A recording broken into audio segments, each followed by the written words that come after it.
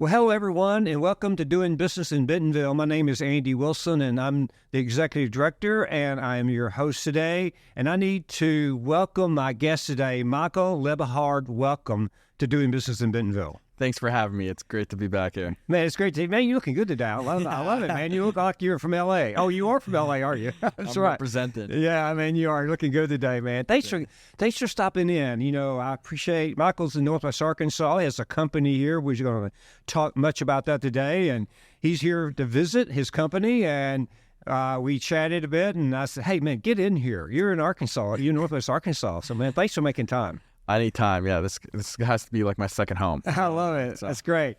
Well, I'm glad you, he was just telling me the story. I shouldn't probably tell this on you, but anyway, he's telling me, hey, Andy, now those parking spots up at Walmart home office in the front, are they for executives? I'm like, yes. I said, why? He said, I parked there. I went, you still got your car? Man, I can't believe you got by with that. Yeah, I realized as I was pulling out, I saw one of the VPs walking out there. I saw to our car. I was like, oh shoot, probably parked in the right spot. Well, all right, man, I'm glad you're here, and maybe you can get out of town here after the podcast. Yeah. So, okay, Michael is the CEO of Sellcord. It's a great company. Michael's going to talk about it. And so, Michael, why don't you share about the company and introduce yourself and the company, and then we're going to just jump straight in to what we're talking about today is the Walmart marketplace. So, Michael, tell us about it. Awesome. Yeah. So we're Sellcord. We're a Walmart agency. So we exclusively focus on Walmart. So I come from a supplier background. So I started selling online early on and then, expanded to Walmart, saw a lot of success with Walmart and realized that, Walmart was evolving so quickly and, the partners in the space facilitating brands, we mainly focused on other channels. So Walmart was becoming like an afterthought or second thought. If they, started offering services for Walmart, a lot of times they didn't really fully understand it. So realized there was an opportunity here to really help these brands succeed on Walmart.com and the Walmart ecosystem. And so, what we've really done is we built a set of services as well as products to really help brands that are, trying to expand, their channels. So they want to expand to sell on Walmart.com, Walmart Marketplace, potentially even get into stores eventually. So help those brands as well as help the brands that have been selling on Walmart for decades. But now with Walmart Connect and Walmart Marketplace, it's this whole new evolution of what Walmart.com really is, helping them adapt to that and really grow and scale and thrive on the platform. So that's what we've been founded on. And it's been really fun. We manage over 400 brands on the platform, over $1 billion in sales. So we've been able to really help craft a lot of strategies and work with really cool brands. So it's fun. Okay, well, that's awesome. And we're going to get into specificities around that. So if you're wanting to get a new item on the Walmart Marketplace or a new item in the Walmart stores, or you want to expand your assortment, you need to watch this and listen because Michael's going to walk us through how to do that. Now, okay, I have to ask you a question, though. All right, before we get into this, because you're like a really interesting guy, and I really like hanging out with you. But you started your company or selling a product, I guess a better way, selling a product when you were 16 years old? Correct, yeah. So okay. We started, our first product, I think I was 16. Yeah, I just turned 16. And then, that's when we even built our brand, started building our brand that year. And it kind of all started from there. That's awesome. What was your first product? So it was workout gloves. So it was like this cool type of workout glove that had like an open front and it was like really strong wrist support. And that took off pretty well. So yeah, that was cool. Where did you sell that? So we started with Amazon. Okay. We sold it on eBay as well. Yeah. And then, a couple of years in, that's when we expanded it to Walmart. Okay. All right. Good deal. Okay. Well, Michael's got, as he mentioned, he's got a great company, over 400 brands, over $1 billion in revenue. Says that he's, in his company, and he's got a company here in Northwest Arkansas. You come to see your folks here, visit with them. How's that going here? Great. Yeah. We're really looking, most of our team's in LA, and just really around the world, but now we want to kind of really expand a lot more here. It's so good to be next to home office. It's so funny, when we're here, it's just everything just breathes Walmart. So I'm checking out my hotel. I meet a potential client in the lobby. Yesterday I was in Walmart headquarters for a meeting, And I went for a meeting about my agency, but then I was just in the hallway waiting for the meeting, and I just saw one of my buyers that I work with, and I was like, great, I had like a 15-minute quick meeting there with them. So it's just cool. It is. Like the opportunities, like just in this. You're so right. And, I was always 30 years at Walmart, and I love hanging out here because I know so many people from the past and people current. And I mean, we're chatting retail all the time and focus on retail, omnichannel, all the stuff that's happening today for the consumer. And it's so exciting. I think retail today is probably more exciting than ever. And I've been around retail since a kid, and I grew up having my dad in his retail store. So, I've seen it, the evolution. It's awesome, isn't it? What's happened? It's so cool, and now there's so many facets to it, and so many different kind of components to like what retail is, how retail is evolving, and I think that's what's really cool. It's like changing so quickly. Yeah, you're right. All right, let's get into it. All right, now let's get into your company, what your company does. Walk us through your process of how you help someone get their product from an idea to online. Perfect. Yeah. So usually the case we'll work with is, a lot of brands that we're working with are either already, selling their product on other channels, and they haven't really tried Walmart yet, or they've tried selling on Walmart, but they aren't reaching real success yet. So the process we'll go through for those brands is, we'll on Walmart, there's so many nuances for what makes products successful on Walmart. So what we'll do is we'll get a good idea of the product. Our team will understand the product, understand the brand, and then completely recraft the listing specifically for Walmart that's structured based on Walmart's best practices. So that's one of the key things we do, where it's like we'll completely rewrite the titles, descriptions, back end of the listing to be optimized based on Walmart style guides. And then by doing that initial legwork of really matching it to what Walmart wants, all the rest of the efforts that we'll put in after go a much further way. So like that's kind of foundational, and that we'll do that. So that's kind of like a really big thing that we'll do.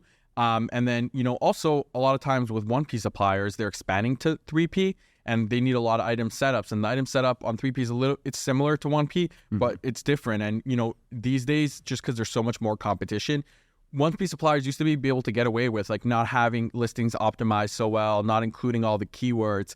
Nowadays, it's just so much more competitive. So you have to make sure your listing is really, not only reads really well, Walmart system has to pick it up well, and it has to just have all the right keywords in there. So we'll help actually set that up so that you're actually set up for that. Speak a bit more about the optimization, because I know that's critical today. So go a bit deeper, because I know you really go deep on those products about that and with those suppliers. Yeah, for sure. So there's so much with optimization. So I think, first of all, you really want to understand the keywords that are driving the volume on Walmart, right? So we like doing buckets of keywords, right? So there's going to be the keywords that drive the most volume.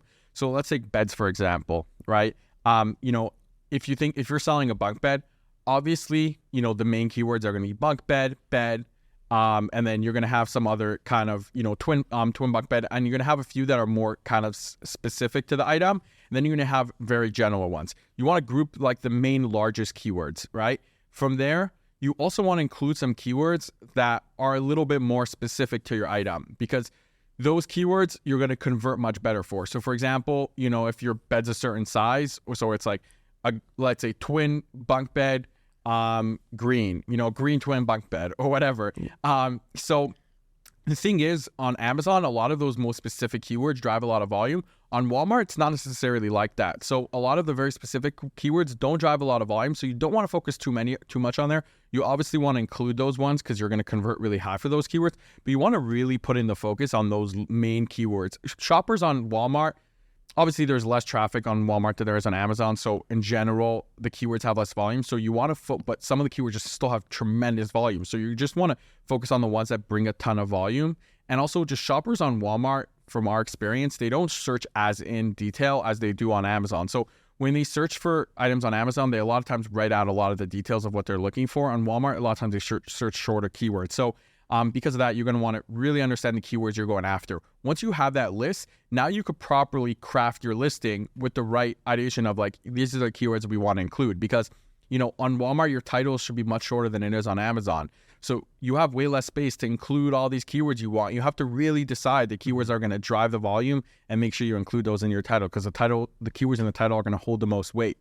And then if you have other keywords, you're going to want to include those ones in your descriptions and your key features. So you can include more keywords there, but they're obviously not going to pull the same weight as if it was in the title. Right.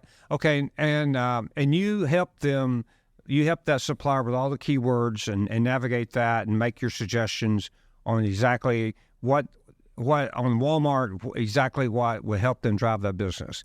So Exactly. talk about the catalog. I know that's really important too, setting up the catalog right. Okay, and can you expand on that any further? Yeah, for sure. So, catalog setup on Walmart obviously is so important. Walmart constantly rolls out changes. So now they have something called Item Spec 5.0, which is basically has a lot of requirements in the back end of what they want you to fill out, but also how they weight certain aspects of your listing. So it's really, really important to kind of understand the implications of what Walmart cares about, and then also all these different fields and how important they are for your catalog setup. So when we think about catalog setup, we think of a few things. I think first of all, it's really, if you have a large assortment of items, it's really important to kind of understand your goals with the different items, right? Because like a lot of items are going to should be higher priority just based on the type of opportunity there is on Walmart for those. So because when you have larger catalogs, it's really hard to kind of dive in and, do the best job on every item. So what you're going to want to understand is like, number one, like which items are the best opportunity. Number two is like which items, are, maybe there should be part of a 1P program. Maybe there should be part of a 3P program. Should they be enrolled in Walmart's fulfillment services? There's different things. So you want to really take a time to understand the different categories on Walmart. You'll see some categories have a lot of demand, but not so much assortment. So those are like really good opportunity categories. Some categories are extremely competitive, and a lot of items, for not as much demand as other categories that have less assortment. So based on that, we kind of decide kind of what the priority items are so we can really put the right focus. But then as it comes to actually setting up the catalog, we'll really come in and focus on the back end and the front end of the listing. So a lot of people ignore all the back end of the listing, but it's so important because that's how Walmart actually helps map your listings and categorize everything properly. And Walmart's always coming out with updates still, so it's very important to not only do good setup, but just stay on top of the updates. If you do the good initial setup, the updates that Walmart puts out isn't too much to handle because you're already in a good spot, so it's just small improvements. But if you don't take the work to actually set up properly with Walmart, then every update that comes out that is just puts you more and more behind. So that's why it's really important when it comes to catalog setup to just make sure you're following their style guides. Walmart has style guides of what they do, and we help suppliers kind of do that and set that all up. And we have teams that are experts in every one of these areas because there's so much to kind of know about each one of the best practices for each of these areas. Okay, man, this is great. So we're ready to launch. Okay. What happens when you launch your item? Now, you've done the back work, the front end, the back end. You got the keywords done. Okay, you're ready. Okay, talk about that. Yeah, so when it comes to launching a product, this is where it gets kind of fun. So there's it is fun. Yeah. There's different things, obviously you could do, but these are kind of the main levers. So we want to obviously make sure we go through this phase where we want to make sure everything about the listing's in good positioning, right? So besides the setup, you want to make sure, obviously, you have good reviews. So for reviews, Walmart has a program called Review Syndication, where you can move over reviews that you might have on your site onto Walmart. So just now customers, when they see your product, they're likely to buy it. You're going to want to make sure your shipping settings are set up correctly. You have as quick shipping as you can. If you can enroll in Walmart's fulfillment services, you're going to have a Walmart Plus badge. It's going to be free shipping for Walmart Plus subscribers, plus it's going to be pretty quick shipping. So that works really well. And then once you're confident with those steps and those steps are set up properly, we're going to work on ranking the item. Now, for ranking an item, the way we like doing it is those same keywords that we used when we were making the listings, we actually take those keywords and then we really put the focus on those keywords. So the most effective thing is going to be Walmart advertising, leveraging Walmart Connect with very targeted campaigns that are focusing on the very specific keywords we want to rank for, because Walmart's algorithm is strongly favors conversion rate, right? So when customers see your product, do they click on it? When they click on it, do they add it to cart? when they add it to cart to they buy it. And the better your percentages for that stuff, the better you rank and the better you show up organically. So you want to make sure that you're sending very targeted traffic, because if you're sending just doing campaigns but a lot of people aren't clicking on the campaigns or aren't adding to cart, it's not going to necessarily do you good. It could sometimes harm your listing. So you want to make sure you're focusing on those right keywords, setting up the right campaigns to help build momentum. And if you did those other steps properly, your listings was optimized well, you used you're enrolled in WFS, or you have quick shipping because it's a 1P item, you have reviews on your listing, your content looks good, then most likely you're going to start building up that traction. And the way Walmart works is there's an ad relevancy. So Walmart Connect, the way it works is there's like a score assigned to your kind of, so to say, to your item. And if your ads are starting to do well, then Walmart's going to let you perform better with your ads. So you start picking up momentum. And once you pick up momentum with the ads, your organic placement starts picking up momentum, and it's really tied together. So I like thinking about Walmart Connect as like, don't think of it always the same exact way. The things you'll do with advertising with Walmart Connect to launch your item is going to be very different for your sustainable strategy. So like when you're setting up your campaigns to launch, it's going to be a different approach, and you might go more aggressive and you might go more targeted on very specific keywords. Once you get out of that phase, there's a different strategy we'll talk about how to address that. But for launch phase, like that's a little bit of how we approach it. Good, great. Well, I can see how you're such a great resource for the suppliers. There's a lot to all this. Okay, anything else on the marketplace? Because I want to talk about brick and mortar a bit. Okay, so anything else you want to talk about there before we move to brick and mortar? Yeah, so I think a little bit that we could kind of talk about is that there's a lot of opportunity with marketplace, but regardless of the opportunity with marketplace, obviously there's still a lot of opportunity with Walmart.com for 1P suppliers. The thing is, I think it's very important for 1P suppliers to be aware of what's happening on marketplace, and for marketplace to be very aware of what's happening on 1P. And I think if you're a 1P supplier, and this always comes up, and I always think about this, if you're a 1P supplier, sometimes it makes sense to move over to marketplace for some of your items, but sometimes, even if you're not going to move over any items to marketplace, it still makes sense to have a really good understanding of what's going on there, because that's where you're competing with, right? So, we see a lot of brands that are 1P and they're doing really well forever.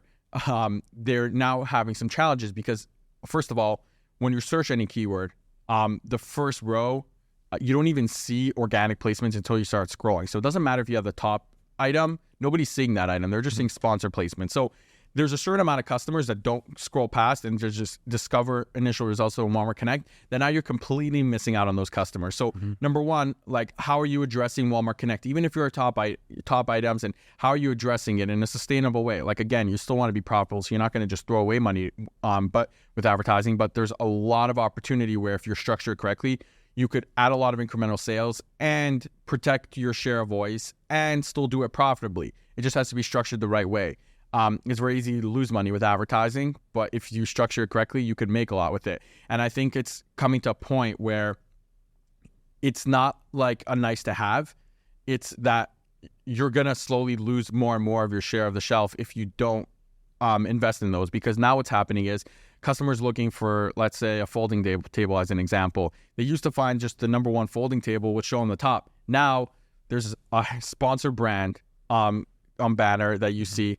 You have to scroll a little more. You see the first 4 sponsored placements, which most of those are marketplace sellers. Right. And then you see kind of the top item, which a lot of those customers don't even discover that top item because they're purchasing and discovering from those other items. So, and then the advantage you have as a 1P supplier is a lot of people, sometimes it's recognizable brands. They have really good price points. So when they're running the advertising, they're converting much higher than a lot of these other placements. So it's really important to understand that from an angle, but also to understand that when you're within the rest of if you're as a 1P supplier, that's a large Walmart vendor, if you look through kind of the rest of the pages, you're right. Your top items will probably still be top besides the advertising, so to say, issue. But a lot of your bottom feeders, you used to be able to find them more, but now we're seeing with a lot of suppliers, like those are driving less and less volume because there's so much new assortment from marketplace sellers.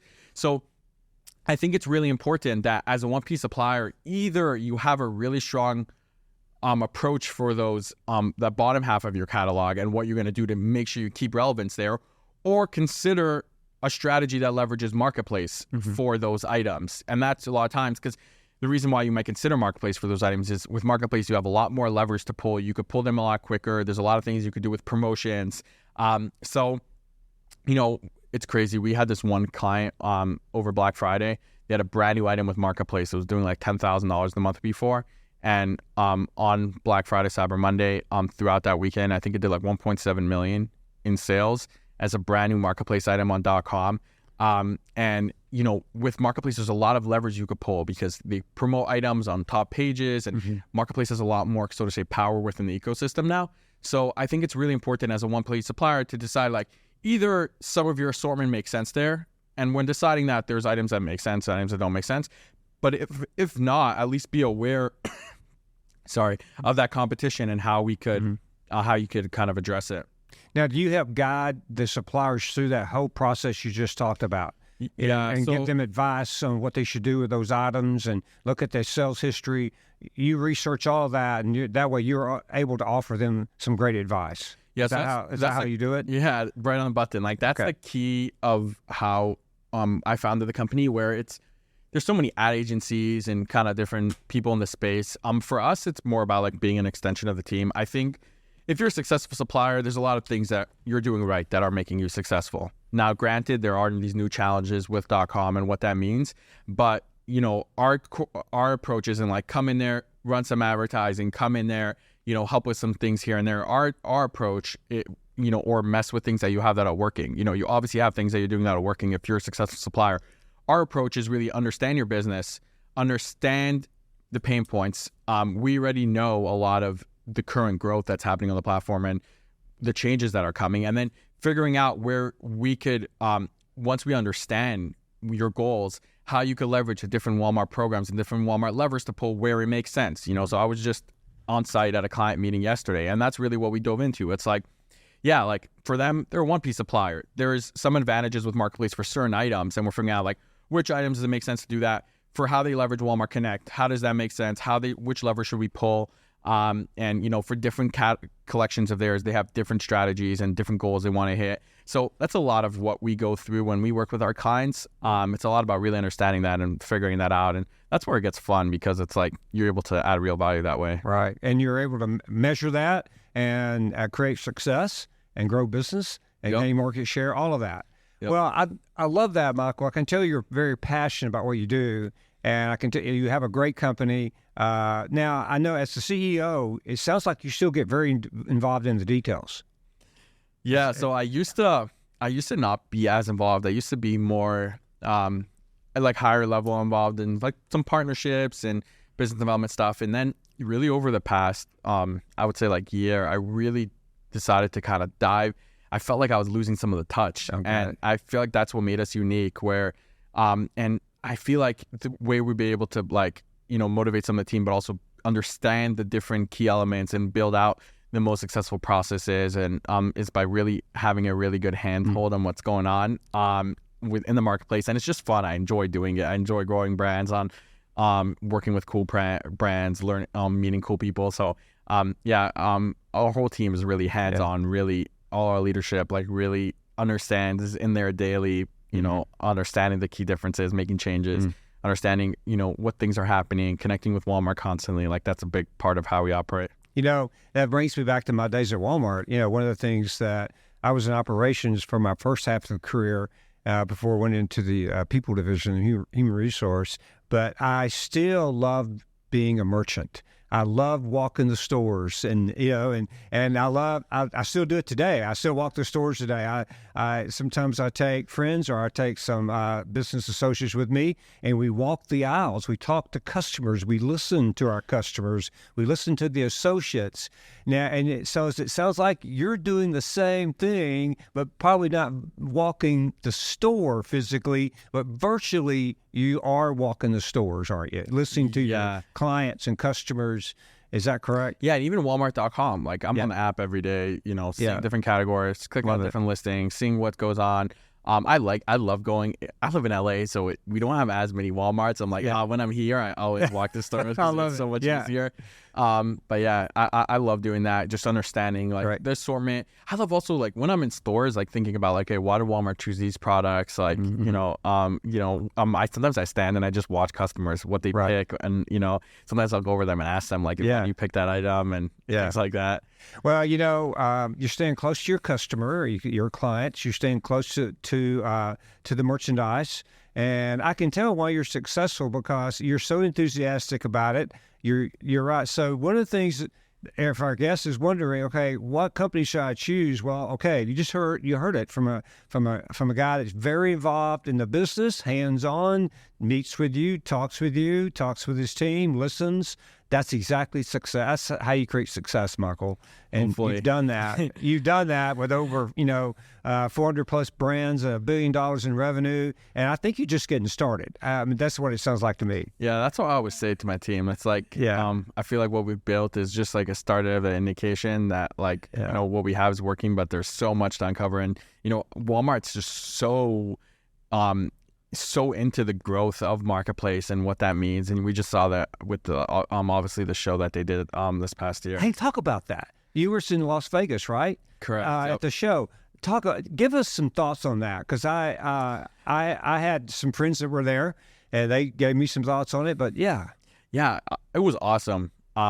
So we're pretty active in shows in general as a company.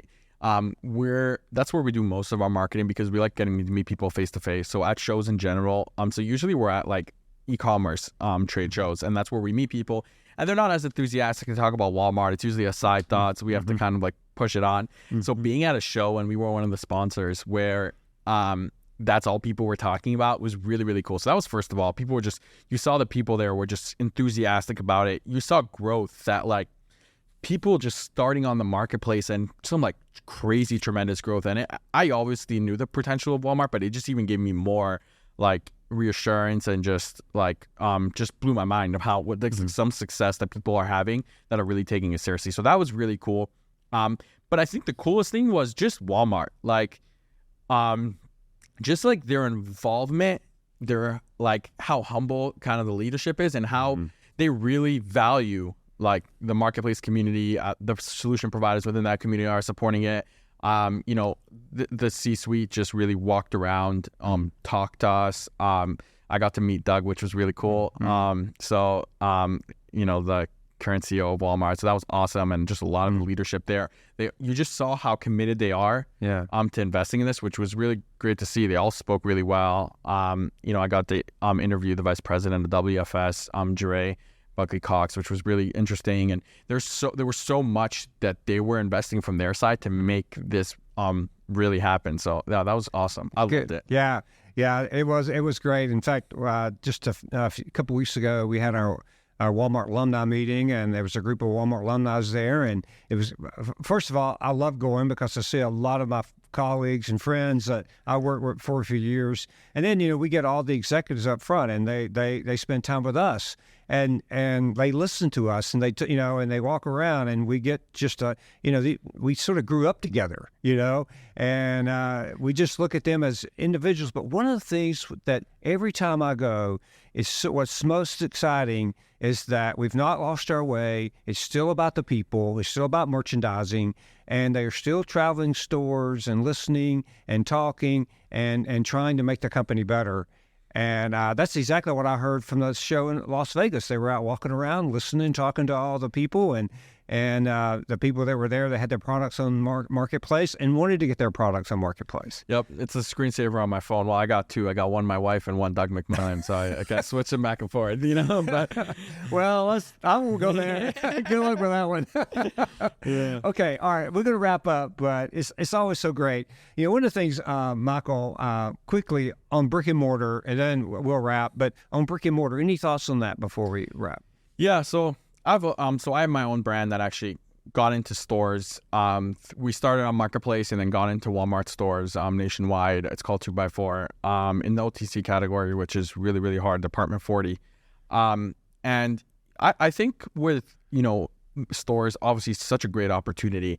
I think what's really interesting about brick and mortar is that if you're a brand that's trying to get into brick and mortar, the best way you could do it is start on marketplace, start showing some success there, and then go into your meeting with that. If you don't, most likely you're going to show up to your line review or your meeting that you get with the buyer. The buyer's going to tell you start on marketplace, unless there's a very specific reason why not. That's usually what will happen. But what's really cool is what we've been seeing is that, like, we'll work with some vendors that have a line review in like 6 months, and they're already in stores for a bunch of items. And likely they'll do fine with the line review. But what we'll do is 6 months prior, 4 months prior, we'll start working on that item, make sure it's optimized really well on .com, start pushing traffic through Walmart Connected on .com, and building a lot of relevancy on that item. And then when they're going to meet their buyer, they have so much of a better story to tell. Okay. Of why to take the item in. So I think brands who really want to be successful with brick and mortar and how to address it, it's, Walmart's an ecosystem. There's so many different ways, and it's